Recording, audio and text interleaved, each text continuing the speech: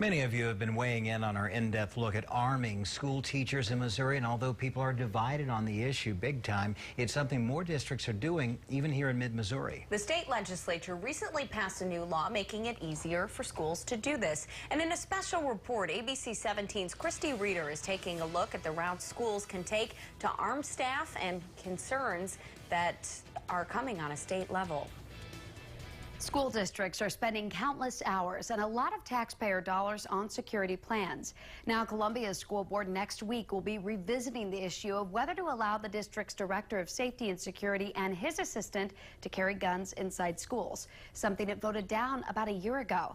Now, while the idea of arming any school staff member may seem foreign to some, the reality is it's happening. School security is changing, buzzing systems just to get in, to active shooter drills where teachers and kids are purposely caught off guard. And the latest line of defense? The longer it takes you, the more people die. Some teachers and staff armed with guns. With today's society, it's a sad commentary, the fact that we've even considering arming the people that are there to teach our kids, actually giving them guns to basically, if necessary, take someone's life. Last night we showed you a program some schools are turning to train staff to carry concealed weapons. It's put on by Shield Solutions in the south central Missouri city of West Plains. Good hit. Currently, the company is working with about a dozen districts in the state. One of those I found out is here in mid-Missouri, Climax Springs in Camden County, now in its first year of the program. Like most schools, they don't reveal who is carrying. Paul Fenewald is the director for educational safety for the Missouri School Boards Association. He tells me he understands there may be some rural schools where arming staff may be appropriate, but it should not be a knee-jerk reaction. I think it's important that there's a healthy discussion on that, and that occurs at that community level before any decisions made. In the state of Missouri, there are currently two ways schools can arm staff. One is through recent legislation creating a school protection officer. If schools go this route, they must notify the Department of Public Safety, which keeps a list of all school protection officers in the state. There are also training standards, but right now, officials tell me there are no districts moving in this direction. Schools instead are taking the other route to arm staff, and that's local school boards deciding who will be allowed to carry a concealed weapon on school grounds. This is not tracked by the Department of Public Safety. In fact, I couldn't find any group that is tracking this in the state. Do you think there needs to be a way to track those schools? I haven't given that a lot of thought, and again, I have to ask myself what would be the advantage of that. And again, it would be nice, the public knowledge, just knowing that we've got X number of schools that have allowed that. Fenewald tells me that might be something legislators could look at.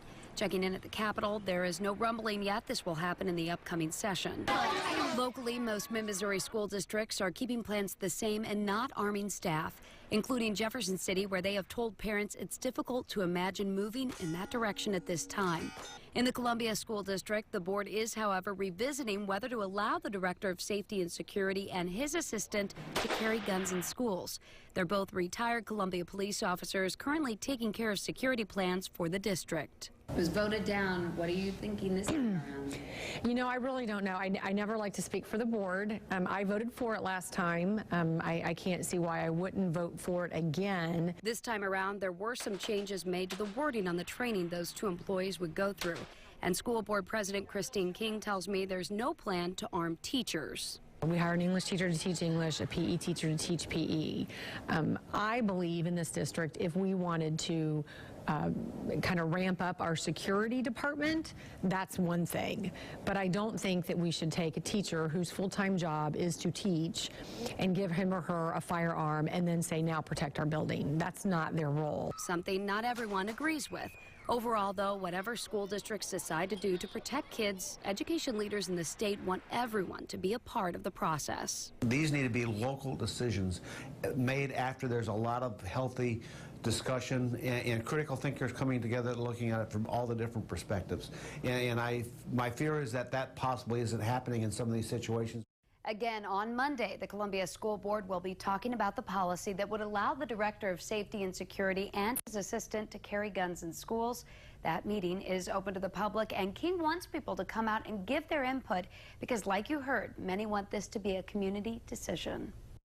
Kristie, thank you. We're told a vote on the policy changes for Columbia won't happen until next month. And if you didn't catch the first part of this series, remember you can find it online at abc17news.com along with tonight's story.